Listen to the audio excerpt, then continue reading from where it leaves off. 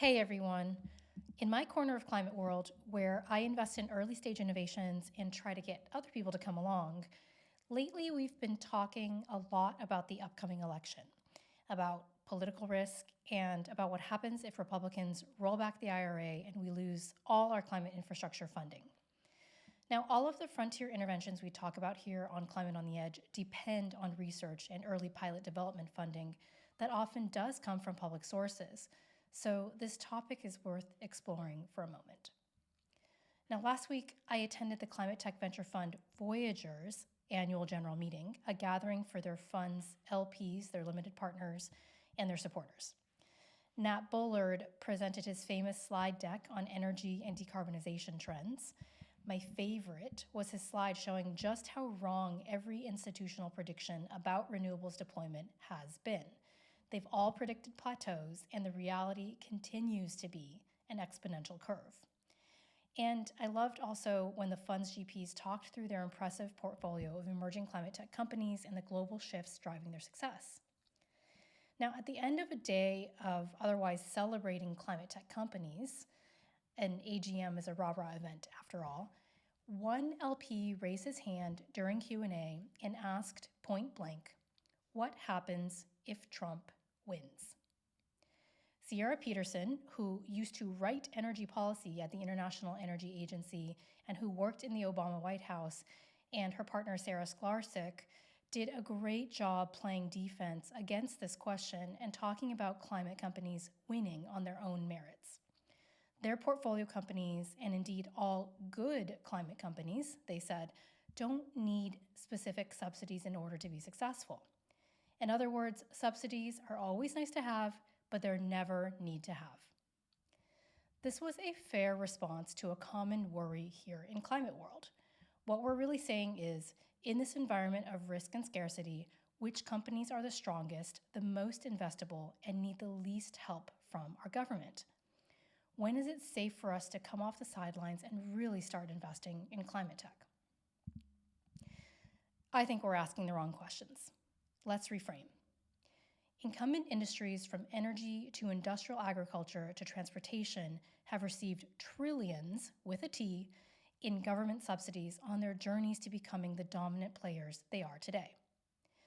Despite the alluring myth of the free market, lots of industries serving billions of customers and appearing otherwise self-sufficient have relied on government intervention to get to where they are. The oil and gas sector, for example, wouldn't be where it is today without decades of public sector aid in the form of tax breaks, infrastructure support, and even things like the military protecting oil routes. We know all of this, and yet most of us don't know the real numbers. So I decided to spend an afternoon on Subsidy Tracker last week, and I had a field day. Highly recommend if you ever just want to go and dig into some numbers. Here's what I found. Tyson Foods has received over $338 million in government subsidies and another $4.7 million in loans and bailout assistance on its way to becoming big chicken. Cargill has gotten $164 million in subsidies, but $5.3 billion, with a B, in loans and bailouts across thousands of awards for its industrial meat business. Chevron has gotten $629 million in subsidies and $5 million in loans and bailouts, which is modest when compared with Duke Energy, which has received $1.5 billion in subsidies, which is also modest when compared with Shell's $2.2 billion in subsidies and $5 million in loans and bailouts, which is actually totally reasonable when you think about Exxon getting over $1.9 billion in federal and state level subsidies and another $5.4 billion in federal loans and bailouts.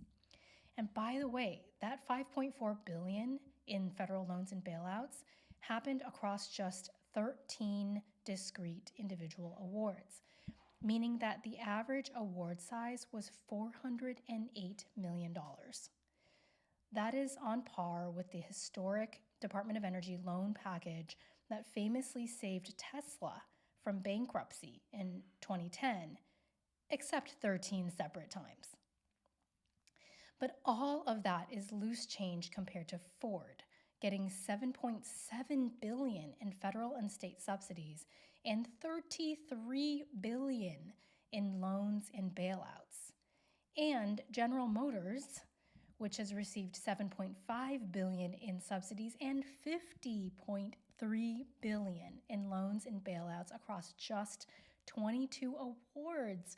The average award size there is $2.3 billion. Holy cow.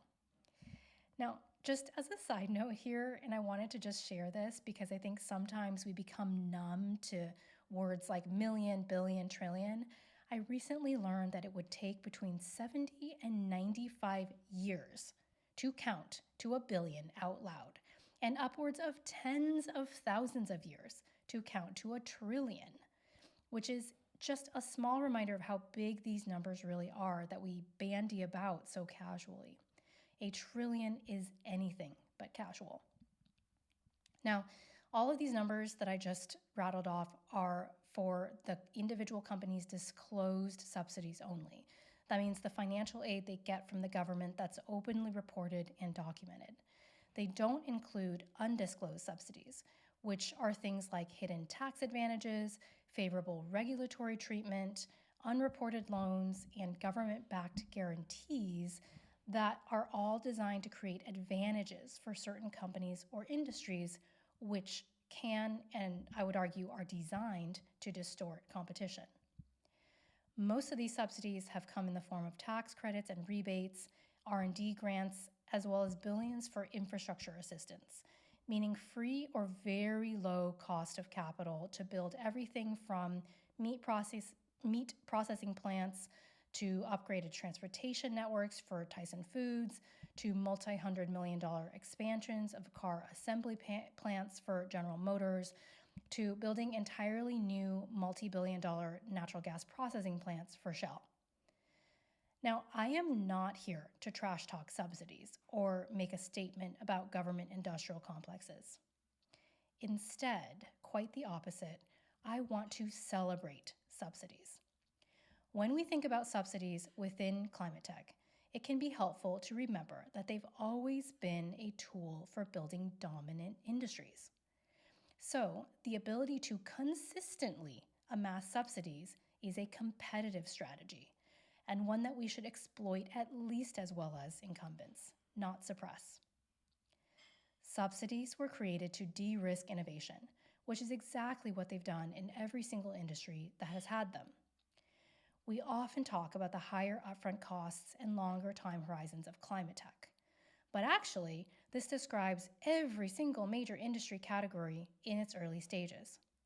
The fact that subsidies often continue long after the startup stage for some industries, like many of the ones I listed earlier, is an artifact, I believe, of those companies' ability to leverage subsidies as a competitive advantage. You may not like it, and I may not like it, but we can agree that it works for the corporate entities that benefit from them. Now, we just need to make sure that the companies building our future, not just our past, are the ones in the seat. What about that election, though? Even if we agree that subsidies are fair and necessary for critical industries, it doesn't change the fact that a Republican sweep could shift the subsidy map from climate tech to fossil fuels, right? I'm here to posit a different take, that waiting for political certainty leads to missed opportunities. Long-term investors, including VCs, understand that revolutionary change happens slowly and then all at once. And gaining that positioning early on is how you get the most upside. We'll continue to do these short editorial board episodes about once a month. It's a little bit different than our standard episode with guests, and we would love to hear your feedback on them. Thanks for listening, and see you next time.